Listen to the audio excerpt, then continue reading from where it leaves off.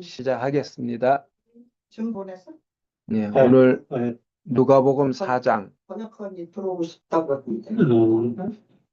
18절 19절 보겠습니다. 누가복음 4장 18절 누가복음 19절. 4장 18절 19절.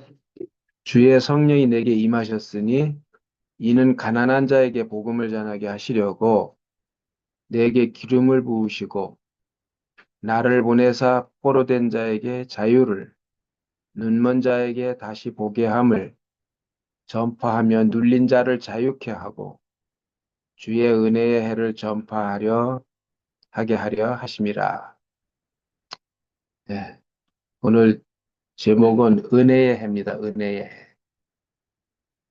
예수님이 오신 것은 은혜의 해를 전파하려고 오신 겁니다.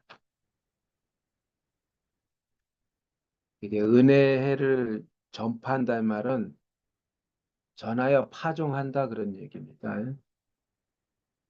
그냥 단지 전한다 이런 문제가 아니라 심는다는 이 파종이라는 게 심는 것이죠. 심는다는 얘기입니다. 그러니까 은혜의 해를 심는다 이렇게도 말할 수가 있어요. 왜 이렇게 이런 얘기를 이렇게 하냐면은 예수님이 우리에게 씨로 오셔서 하늘의 밀이 땅에 떨어져 죽으면 많은 열매를 맺고 그냥 그저 하늘 안 죽으면 그대로 있다 그랬잖아. 하늘 그대로. 이게 이제 농사 짓는 거죠. 농사 짓는. 음. 은혜의 해를 우리에게 농사 지려고 온 겁니다. 전파한다는 말은. 이것은 시편 이사야 61장에 있는 말씀을 그 예언을 예수님이 이사야가 예언한 얘기를 가지고 말씀을 하신 건데 사실은 자기 얘기입니다. 자기를 얘기한 거예요. 왜 이렇게 하냐면은 제자들을 자기 안으로 이끌려고. 이건 이제 제자들에게 하는 말씀입니다. 대부분의 예수님이 오셔서 많은 사람 앞에서 말씀을 하지만 구체적으로는 전부 제자들을 향해서 어, 제자들을 자기 안으로 이끌려고 이렇게 말씀을 하는 거예요. 이 은혜의 해라는 말은 다른 말로 하면 희년이다. 희년. 희년은 이스라엘에 그 보면은 50년이라는 게 희년인데 7년을 7번을 지난 후에 그 이듬해가 50년이잖아요. 77이 49. 7년이라는 건 안식년을 얘기해, 안식년. 그런데 이거를 또 다르게 하면, 좀 자세하게 얘기한다면, 예수님이 안식일 날 죽으셨죠. 네? 세상은 또 7주기로 돌아가고, 그런데 또 다른 의미도 있어요. 또 다른 의미. 일곱 영, 일곱 눈이라는 게 이제 계시록에 나오는데, 이건 7배로 강화된 눈이다. 7배로 강화된 영이다. 이게 아주 분명하다 그런 얘기죠. 7배로 강화된 눈을 보면은 안 보이는 것까지 다 보일 수 있는 거죠. 자세하게, 선명하게. 그런 의미도 있어요. 그래서 이 7이라는 숫자는 죽고 다시 살고 죽고 다시 살고 하는 이런 과정이 있는 거예요. 7 안식년이잖아요. 7주기로 돌아간다는데 죽고 다시 살고 죽고 다시 살면서 7배로 강화됐다. 그런 얘기죠.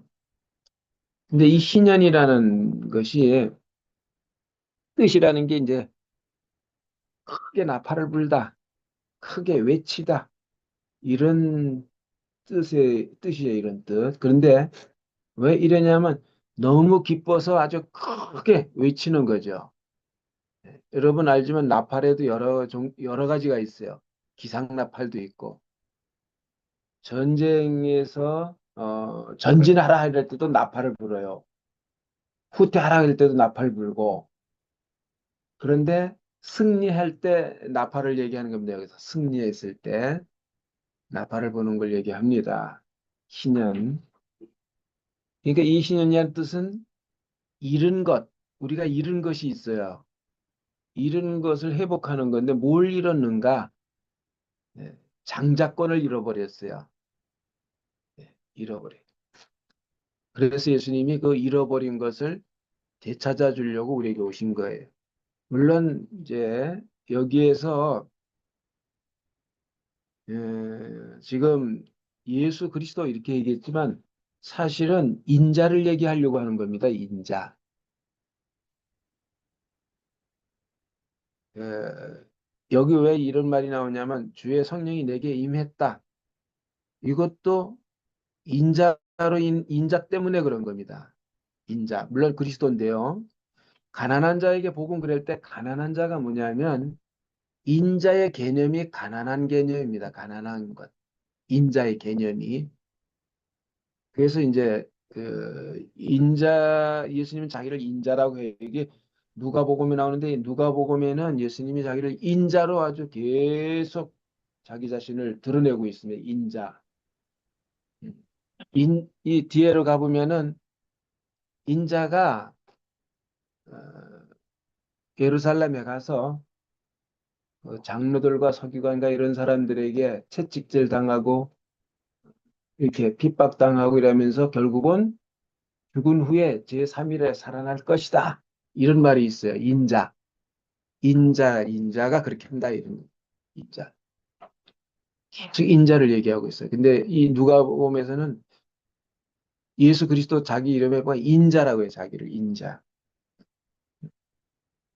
그래서 인자는 가난의 개념이 있다. 자, 이런 것을 되찾으려 했는데 뭘 잃었는가 아까 얘기한 대로 장자권을 잃어버렸어요. 이게 아주 중요한 부분입니다.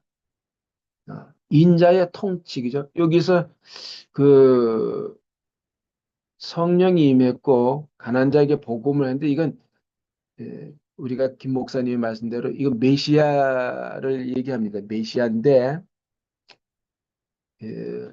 이 메시아가 하나의 통치자는 메시아가 온 것은 모든 인류를 원래의 자리로 그죠? 그래서 통치하려고 하는 거예요. 인자. 이 성경이 여러 군데 아주 중요한 얘기가 있는데 인자에 대해서 좀 얘기하자면 요한복음 3장에는 우리 인생이 거듭날 때 인자라고 얘기를 했어요. 들려진 인자를 믿으면 어? 영생이 있다고 그랬잖아요. 인자를 믿으면. 그러니까 이게 어디로 연결되냐면 창세기로 연결됩니다. 인자.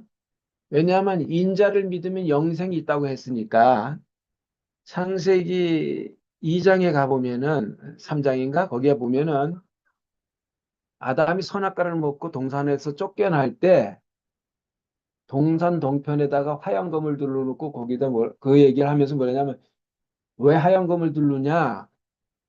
선악과를 먹은 사람이 생명과도 먹고 영생할까 봐. 그래서 영생 못하게 하려고 화양검을 둘러놨다 그런 얘기입니다. 그러니까 원래 지어진 사람은 생명과를 먹고 영생을 해야 되는 거예요. 영생의 삶을 산다 그런 얘기. 그런데 그러면 그 사람은 어떻게 지어졌는가?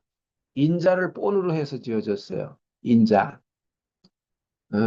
창세기 1장 26절에 우리가 우리 형상을 따라 모양대로 사람을 만들고 그럴 때 그 사람이 바로 인자예요. 인자.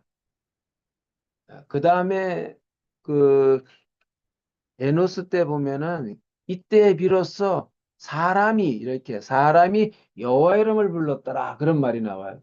그때도 그 사람이 뭐냐 이때 비로소 사람이 이럴 때 사람이 많은데 그 사람이 에노스라는 사람이 여호와 이름을 불렀다 이 말입니다. 사람 중에서 어떤 사람이 여호와 이름을 부른 거예요. 그때 비로소.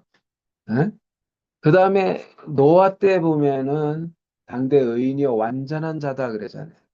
은혜를 입었다 이렇게 얘기하고 그 의인 그럴 때도 거기에 보면 인자라는 의미가 들어있어요.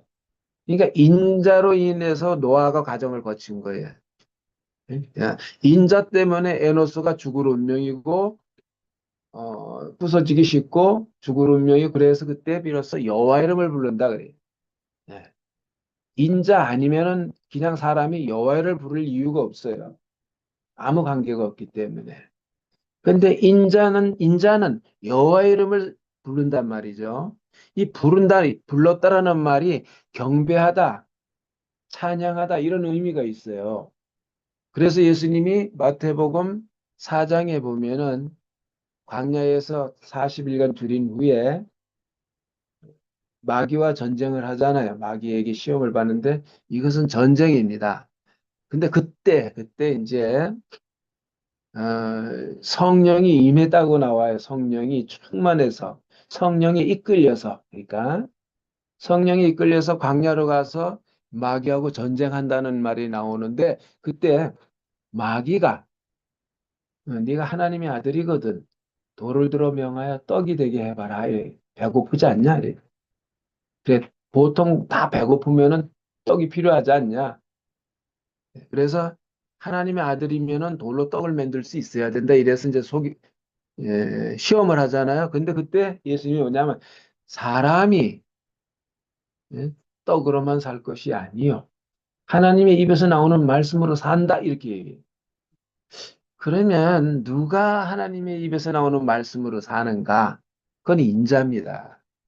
인자 외에는 하나님 입에서 나오는 말씀으로 사라지질 않아요. 분명히 말씀대로 믿고 산다고 하지만 실질적으로 사는 것은 인자입니다. 왜냐하면 요한복음 1장 14절에 그 사도 요한은 예수를 인자로 알았어요. 인자를 알고 뭐라고 얘기하냐면 말씀이 육체가 되어 우리 가운데 거하심에 우리가 그 영광을 보니 아버지 독생자의 영광이요. 예? 은혜와 실제가 충만하더라. 진리가 이렇게 한 거예요. 그래서 우리가 다 그 은혜 가운데서 받으니 은혜 위에 은혜로라. 율법은 모세로 말미암아 온 것이요. 은혜는 예수 그리스도로 말미암아 온 것이다. 이렇게 얘기를 해요. 그러면 정말 은혜가 온 게 뭐냐?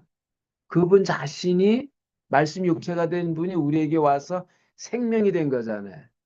그러니까 아까 얘기한 대로 요한복음 3장에서 거듭나는 얘기를 할 때 인자를 믿으면 거듭난다고 해요. 그런데 이 믿는다는 게 이게 어떻게 연결되냐면 요한복음 6장에 인자의 살과 피를 먹으면 생명이 있고 살과 피를 먹지 않으면 생명이 없다. 이렇게 얘기를 해요. 그러니까 우리가 믿는다는 것은 그분을 먹는 거예요. 인자를.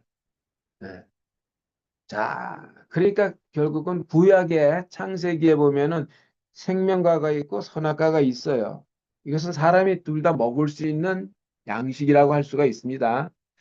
그런데 그럼 뭐야? 생명과는 인자입니다.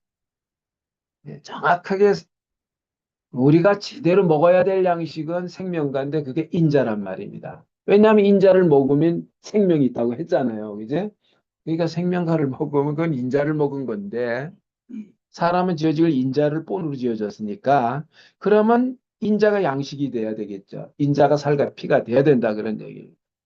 자, 그래서 오늘 자 여기서 잃어버린 것이 아까 얘기한 대로 장자권인데요. 장자권.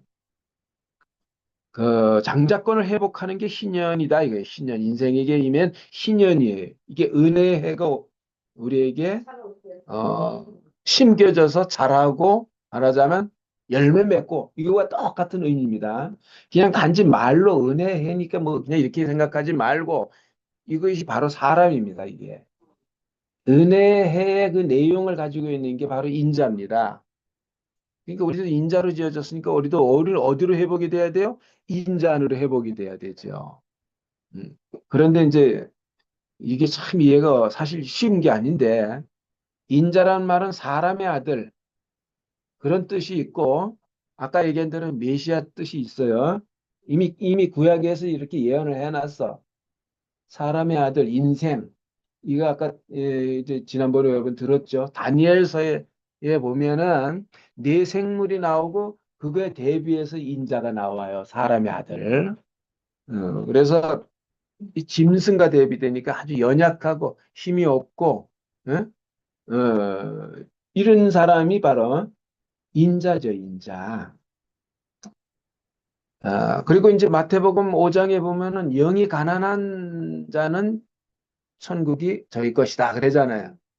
이 심령이 가난한 자는 복이 있나니 천국이 저희 것이랄 때 예수님이 자기 말인데 어, 나같이 되는 사람은 복이 있다 그런 얘기입니다. 그냥 아주 직설적으로. 예? 나같이 돼야 된다 이 말입니다. 뭐 외적으로 무슨 능력면이나 이런 부분이 아니라 생명으로서 나와 같은 예? 사람이 된다. 이러니까 결국 예수님도 우리와 같은 영이죠, 원래는. 영인데 그분의 영 안에는 뭐가 있느냐? 생명이 있다 이런 얘기고 우리 영 안에는 뭐가 있는가? 지식이 있다 이런 얘기야, 선악과가. 이래서 달라요. 그래서 이제 인자라는 개념은 아까 사람의 아들이라 했는데 그냥 우리가 생각하는 사람이 아니고 그냥 사람이 아니다 이거죠. 그러면 또 신이냐 신도 아니고 그럼 신과 같은 사람이냐 그것도 아니고 예? 영지주의라는 것이 그런 거예요. 신일 합일 이게 사실 영지주의거든요. 예? 예수는 신인데 사람의 모양으로 왔다 그래서 가연설이라고 하고 이 신성과 인성이 함께 짬뽕이 됐다, 이게 하나가 됐다, 이래서 사람들이 대부분 그렇게 믿어요, 종교 안에서. 근데 사도 요한은 그런 사람들은 다 이단이다. 그런 거에 대해서 이 요한복음, 요한 1, 2, 3, 4를 쓴 거예요. 영지주의자들이. 그러니까 영지주의 안에는 여러 가지 종류가 있어요. 여러 가지 종류들이. 그러니까 우리도 그래. 우리는 그러니까 우리의 개념 안에 있는 그런 개념, 그냥 사람, 단지 사람, 예?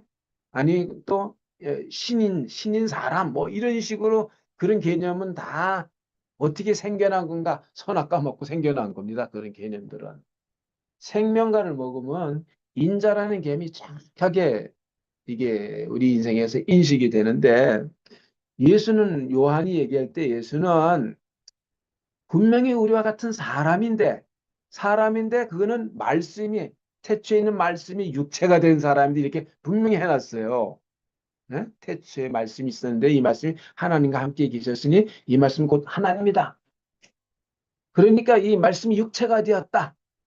그러니까 이 말은 그냥 하나님인데 사람이 육체를 입고 온 사람이 아니다 이 말이에요. 물론 다른 서신서에 보면은 그는 본체 하나님이시고 뭐 이렇게 얘기하잖아요. 근데 동등됨으로 취하지 아니하고 하나님과 오히려 자기를 낮춰가지고 우리에게 오셨다. 종의 형체를 가지고 오셨다. 이렇게 했는데 이것을 해석을 하면 그는 하나님인데 우리를 구원하기 위해서 예, 육체를 입고 오셨다. 그래서 이제 가시면은 또 육체를 벗고 간다. 이렇게 생각을 하는 거예요. 이게 종교의 그 사상이거든요. 종교 안에서 해석하는 그런 얘기인데 사도 요한은 그렇게 해석을 한 게 아니고 사람이기 때문에 하나님이 나타나더라. 그러면 우리가 창세기로 돌아가서 하나님이 그러면 사람을 지을 때 예? 그럼 신을 본으로 해서 지었으면 문제가 달라져요. 신을 본으로 해서. 그런데 사실은 인자를 본으로 해서 지었거든요.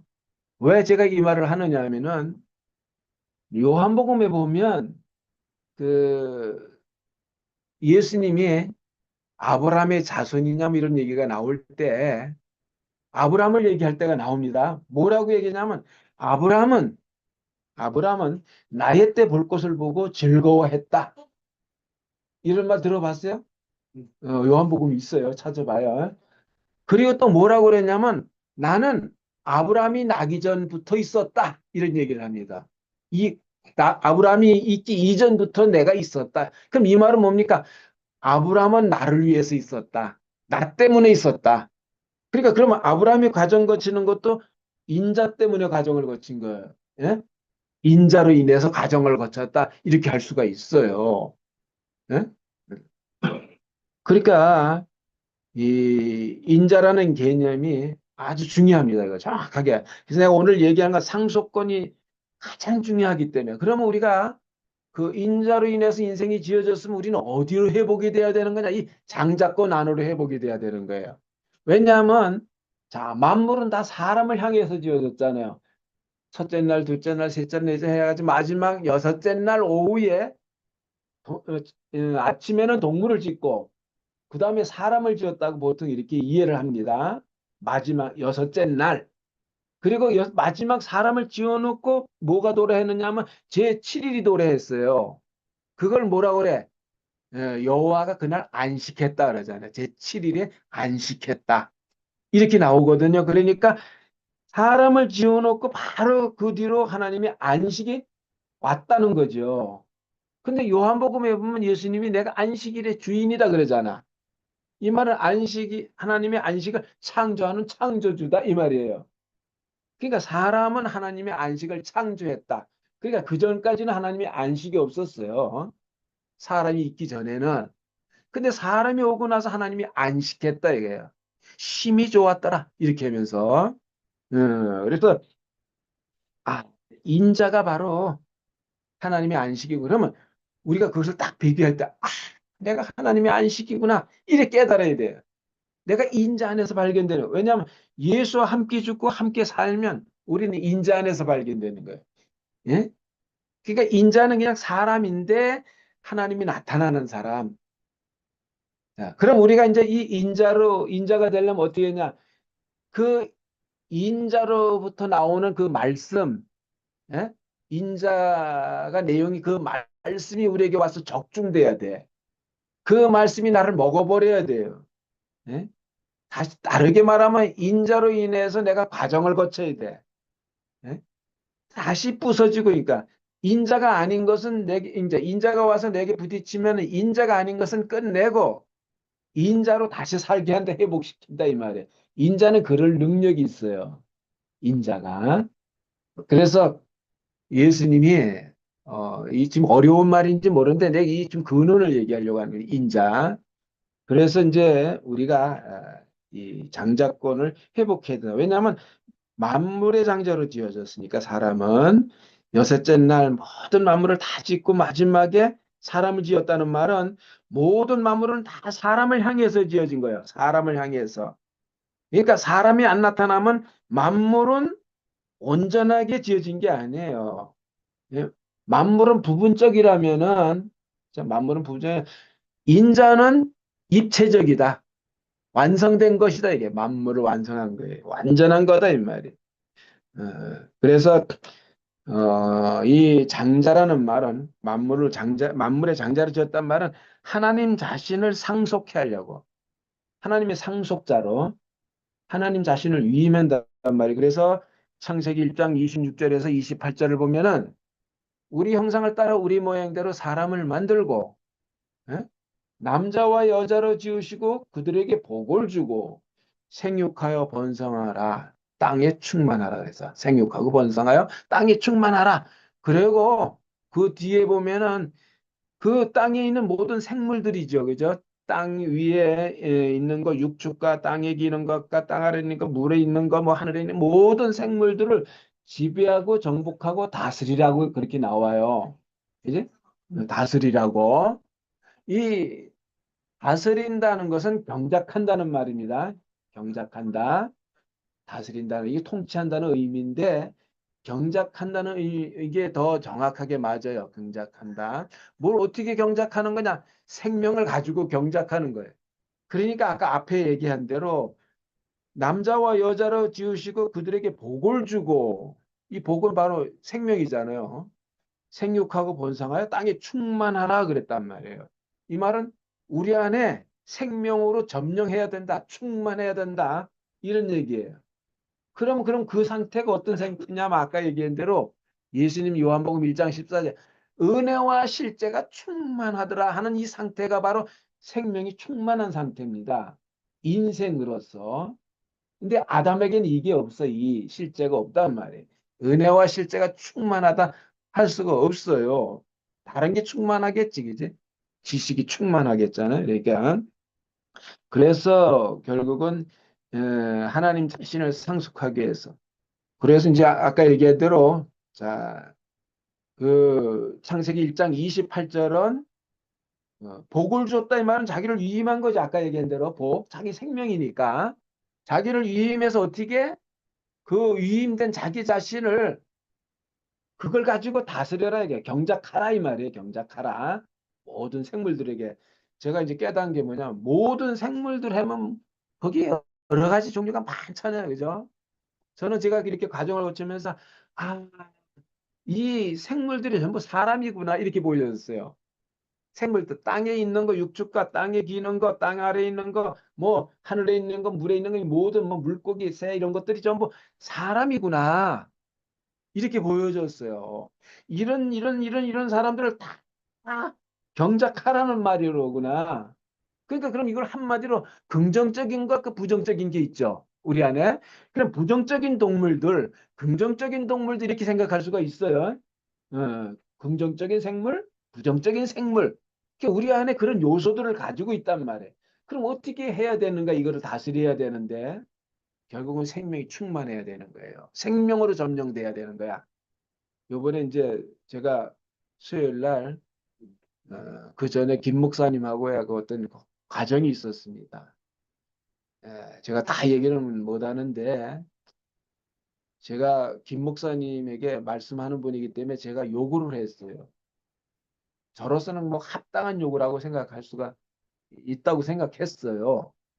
아, 그런데 내가 한 말을 내가 쭉 내뱉었는데 나중에 돌아보니까 하나님이 나보고 뭐냐, 희수야, 네가 한 그 네 말이 너를 얘기하는 거다. 네가 네 안에 있는 부정을, 예를 들어서 진주조개 안에 모래가 들어왔으면 그 진주조개가 그 모래를, 어? 괴롭다고 그걸 가지고 씹어댈 게 아니고 그거를 진액을 쏟아내 가지고, 상처받은 부분으로 진액을 쏟아내 가지고 그거를 진주로 만들어 내라는 얘기 아니냐. 네 안에는 그걸 만들어 내라, 이 말이에요. 아, 그렇게 들리는 거예요. 나는 김 목사님이 그렇게 해주기를 바랬어요, 사실은. 근데 나중에 더 다시 보니까 다시 이제 과정 거쳤죠, 이제. 미칠 과정을 거쳤어요, 이게. 설 익은 것도 숙성의 과정을 거쳐야 하듯이. 과정을 거치 나중에 딱 보니까 하나님이 내게 한 말이, 내 입을 통해서 내게 한 말이야. 김 목사에게 그렇게 한 말이 아니고 사실은 나에게 한 말이, 하나님이 내 입을 통해서. 와, 그때 내가 완전히, 생명으로, 이런 부분까지 다 생명으로 점령돼야 되는데 내가 온전히 정복당하지는 못했구나, 생명으로. 여러분, 그 생명은 뭡니까? 죽고 다시 산 생명이잖아요. 예? 그러니까 인생은 결국은 뭐야? 죽고 다시 산 생명을 우리를 다 새로 이제 끝내고 새 사람이 되게 한 거죠. 죽고 다시 산 생명을 우리를 지었다. 또 그렇게 낳았다. 이렇게 말할 수가 있어요. 예, 그래서 그날 제가 김 목사님 깊이 사과를, 전화로 사과를 했지만은 그래도 그게 거기서 끝난 게 아니더라고. 더 깊이 나를 이끌어 가시더라고요. 그래가지고 내가 그 재단 위에서, 정말 재단이야 그게. 하나님이 마련한 재단이. 그래서 내가 거기에서 그냥 완전히 내가 정말 김 목사 앞에 내가 모든 걸 다 내려놓고 사과를 했습니다. 교회 앞에서. 그래서 어, 아주 그냥 저는 지금까지 그렇게 생각을 했어요. 많은 과정을 거쳐오면서 안 풀리는, 내게도 안 풀리는 게 하나 있었거든요. 뭐가 있었느냐 하면은 부모님이 각계뼈에 친 것이 이게 동그라미가 안 되는 거야. 아무리 생각해도 상처 입은 것이 안 지워져, 부모님에게. 이거 그렇다고 부모님에게 상처 입었다고 이거 어디서 이제 막 동네방네 떠들어 댈 수도 없고. 이래가지고 이게 굉장히 큰 짐이면서도 말씀하러 돌아다녔어요, 내가. 예? 사실 진실이 아니죠, 어떻게 보면 이게. 예? 엑스피 치고 있으면서 말씀하러 다닌다, 이건 말씀이 아닌 거죠, 어떻게 보면. 아는 대로 말씀한다, 이렇게 할 수가 있는 거예요. 근데 이제 어느 날 어머님하고 부딪히는 사건이 왔어. 어머님하고, 충주에 그때 사실 때 어머님한테 가서 내가 어머님하고 화목하고 싶어가지고 옛날 어머니 나한테 행한 걸 끄집어냈어, 내가. 어머니 나한테 한 행동을, 말 이런 것들을 끄집어냈더니 어머니가 막 버럭 화를 내면서 막 열이 나가지고 막 퍼부기 시작하는데, 안 죽었잖아요, 내가. 진짜 죽었으면 그 앞에 팍 꼬꾸라지고 그냥 그 딱 듣고 아멘 해야지 되는 건데, 아멘은 그냥 거기에 내가 튀었어. 나도. 그래가지고 어머니하고 일을 끊겠다고 다시는 대구에 오지 마시라고. 찾아오지 마십시오. 이렇게 했어. 이래고 내려왔거든요. 내려왔는데, 충주에서 순자자매 이순자, 큰 순자라 하지? 순자하고 친했거든요, 제가. 그 순자가 전화가 왔어요. 큰일 났다, 오빠. 어? 엄마가 동네방네 나를 나쁜 놈으로 나팔을 불고 다니시더라. 그게 이제 들려왔어. 그 좁은 저 충주 바닥에 어머니가 한복을 했기 때문에 다 알거든요. 그러니까 뭐 도로 다니면서 그 나를 뭐 죽일 놈으로 나쁜 놈으로 그냥 씹어댔으니 어찌하겠어. 그러니까 그 윤선이 어머니가 잘 알잖아요. 윤선이 어머니 우리 친하거든. 야야 그 말씀하러 오는 형제가 뭐 그런 형제가 다 있냐? 이래 된 거야. 어? 그러면서 어떻게 말씀하러 다녀요. 아주 나쁘게 인식이 됐잖아, 그제? 씹어댔으니까.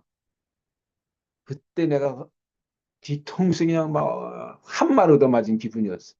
찡 하더라고. 그때 내가 사탄에게 속았구나. 이걸 딱 깨달았어.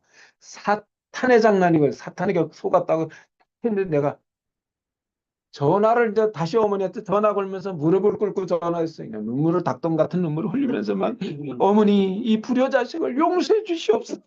그래서 진짜로 용서해 달라고. 내 처음으로 어머니한테 한 번도 그런 얘기 해본 적도 없고 어머니하고 친한 얘기 해본 적도 없고 이런데 그날 그냥 막 흘리면서 이랬더니 어머니가 그때서야 그래 그래 나도 뭐 어쩔 수 없이 그녀한테 그랬다. 내가 네 집에 온 거 알지 않냐 시집살이 하는데 얻어맞아 가면서 시발이 막 그거 한두 번 들은 게 아니거든요 사실은.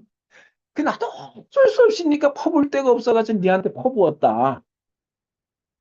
근데 자식이 어린데 어린 자식한테 퍼부으니 그 자식이 그걸 소화해낼 수 있겠냐. 그게 가슴에 난 한이 된 거지. 도대체 엄마가 말이지 자식한테 저럴 수가 있나 이런 게 된 거야 나는 해석이. 그 어쩔 수 없이 엄마가 시집살이 처리했으니까 어쩔 수 없이 처리하시는구나 이렇게 이해가 된 게 아니고 나로서는 그 감당이 안 되는 거예요. 예? 그 어머니가 삼키고 그걸 이겨내고 해셔야지만 이랬는 거거든. 그때 내가 그냥 그 깨닫고 그래 했더니 어머니하고 완전히 그냥 저절로 화해가 돼버렸어. 뭐 특별한 말이 없어요. 그래가지고 내가 인천 모임에 와가지고 안산 모임에 가고 그때 그럴 텐데 인천 모임에 와가지고 내 이 부끄러운 걸 다 내놨어. 형제들이 나를 심판하고 다시 오지 말아라. 막 이렇게 해도 내가 그걸 다 받을 것이다. 근데 당연하다. 내 속이 이랬으니까. 예? 형제들이 판단하고 정죄해도 내가 그걸 하나님 말씀으로 받겠다고 내놔버렸어요. 아주 그냥 거기서 내가 내 걸 했어요. 그때 이제 경험된 게 뭐냐면 말씀하는 사람은 재단에 들여지는 게 말씀하는 거구나. 재단을 통과하지 않은 말씀은 가짜구나. 그때 이제 일이 알아지면서 요번에 그 김 목사 사건도 어, 내가 재단에서 들여지는 사람으로 샀으면 그 말을 안 할 건데 내 안에 이제 말하자면 다른 게 들어온 거야. 그래서 이제 그때 이제 알아진 게 뭐냐면 여러분 잘 알잖아요. 요한복음 13장에 이 말이 길어지는데 요한복음 13장에 보면 예수님이 제자들의 발을 씻기는 장면이 나오잖아요. 씻기는 장면. 그런데 그때 베드로가 아유 주여 선생님 내가 당신의 발을 씻겨야 되는데 어찌 당신이 내 발을 씻깁니까? 막 항공무지 해가지고 막 이렇게 하니까 예수님이 하시는 말씀이 내가 너에게 네 발을 안 씻기면 너는 나하고 아무 상관이 없다. 하지만 목욕한 자는 발밖에 씻을 게 없다. 이랬어요. 목욕한 자는. 이 목욕한 자가 뭐냐면은 이 목욕하는 때가 없잖아. 그지? 근데 발은 밖에 나가서 움직이면은 먼지가 묻어온다 이 말이죠. 이거는 더 깊이 들어가면 이미 예수 함께 죽고 다시 산 사람은 목욕할 필요가 없다 이 말과 같은 거예요. 그러면 그런 사람은 어떻게 하는가? 세상에 나가서 세상과 이렇게 접촉하고 이러면 발에 먼지를 묻어온다 이거야. 그게 이것은 씻어야 된다 이런 얘기예요. 예? 그래서 결국은 구약의 성막을 보면은 출애굽기 성막이 나오죠.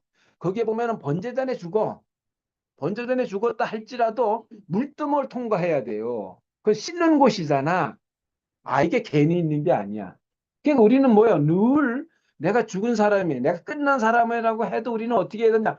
세상에 어떤 것을 부정적인 걸 접하다 보면 아까 내가 얘기한 대로 김 목사 어떤 그런 이런 것이 묻어올 수 있다 이거예요. 예? 이게 사람이 안 됐다는 말이 아니라 번제단에 죽은 양을 잡은 사람도 가서 손을 씻는단 말이죠. 씻고 들어가야 돼, 성소에.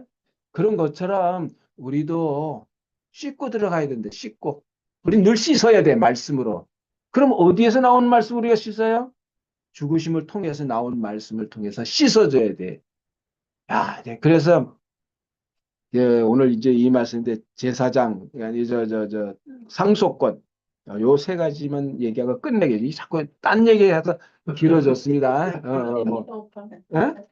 해도 된다고. 그래서 이제 이 상속권인데요. 상속권은 그분 자신을 아까 위임한다고 했죠.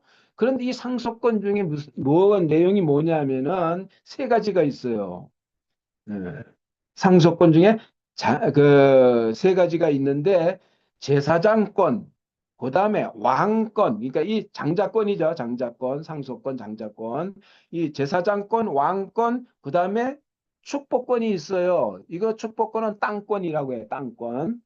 아, 근데 이 제사장권은 어디에 이렇게 냐면 창세기 1장 26절. 우리의 형상을 따라 우리 모양대로 사람을 만들고 할 때는 여기에 제사장의 의미가 있어요. 제사장의 의미. 그 다음에 아까 막 다스리라 그랬죠. 다스리자 할 때는 그건 왕권입니다. 왕권. 그러니까 사람을 지을 때 이 세 가지를 다 주려고 한 거예요. 다 가지게 하려고. 이게 바로 장자권이고 상속권이에요. 이 세 가지 내용이. 그래서 이제 축복권은 땅권인데 이 땅권은 뭐냐? 동산에 뒀다고 그랬잖아요. 그러니까 뭐야? 동산에 있는 것들을 다스려라, 이거 경작하라 이런 의미로 동산에 둔 겁니다. 동산. 이거 이제 동산이 바로 기업지예요, 기업지. 근데 지금 이제 이 현재는 뭐야? 예수 그리스도가 우리의 기업지잖아요. 예? 그래서 우리가 그분으로 말미암아 교회가 된 것은 우리가 또 그분의 기업지가 됐다 이런 얘기예요. 주님이 우리의 기업이 되시고 우리는 그분의 기업지가 되는 거죠. 그죠? 그래서 이 교회는 뭐 하는 거냐? 뭐 하는 거냐면 바로 이 장자권을 가진 사람이 경작하는 게 교회입니다. 교회. 네. 예. 이걸 회복을 해야 돼. 장자권. 그래서 우리가 예수 함께 죽고 함께 살면 어디로 회복이다? 이 구속이라는 말인데 이 구속을 더 구체적으로 하면 생명나무 안으로, 생명과 안으로 구속을 하는 건데 그 안에 뭐가 있느냐? 바로 이 세 가지 권리가 있어요. 인생의 권리. 이걸 인권이라고 합니다. 제사장권, 왕권, 땅권. 이 세 가지 이 내용이 바로 생명입니다. 한마디로 하면 생명이에요. 그러니까 인자를 믿으면 영생이 있다는데 영생은 이 세 가지를 이 권리를 행사하는 게 바로 영생입니다. 영생이라는 것은 탁월한 삶이잖아요. 뜻이. 예? 뛰어난 삶. 무엇과도 비교할 수 없는 삶. 이게 영생이라는 거거든요. 예. 그리고 이 시편 133편에는 여기에 복을 명했으니 곧 영생이다 그러잖아요. 복이에요, 복. 하나님 복을 명한 것이 바로 영생입니다. 근데 어디에다 복을 명했냐면 형제가 연합하여 동거함이 어찌 그리 선하고 아름다고 요게 연합하는 그 자리에 복을 명한 거예요. 그러니까 교회는 뭐냐? 연합하는 곳이에요. 거기 하나님의 복이 명해졌어. 예, 그래서 우리는 뭘 경작하는 거냐? 바로 이 복인 장자권, 제사장권, 제사장권, 왕권, 축복권 요 세 가지 내용. 이거를 경작을 하는 겁니다. 생명을 가지고. 그래서 이 교회가 굉장히 중요하고. 근데 반드시 경작할 때는 내 자신을 지불해야지 경작이 되지. 내가 나로 있으면 나는 살고 그냥 말로 경작하는 게 아니고 내 죽음을 통해서 지불하고 나서 경작을 해야 돼. 왜? 그 생명을 공급하는 거니까. 여러분도 그래. 여러분의 죽음이 없이 생명을 공급이 안 돼요. 다른 사람이 먹여 들어갈 수가 없습니다. 음식도 그냥 미리 우리에게 들어오면 미리 죽어서 들어오는 거지. 미리 그대로 들어와가지고 그대로 우리에게 양식이 될 수가 없어요. 그제? 우리 안에 들어와서 그게 싹 커지고 죽고 완전히 분해돼서 그 속에 있는 생명을 우리에게 이 영양분을 공급하듯이 우리가 그렇게 되는 거예요. 그래서 우리의 교회 삶 아주 이것이 정말 중요합니다. 장자권을 실행할 수 있는 삶이나 이것이 바로 희년을 선포하는 삶입니다. 주님을 찬양합니다. 아멘. 아멘.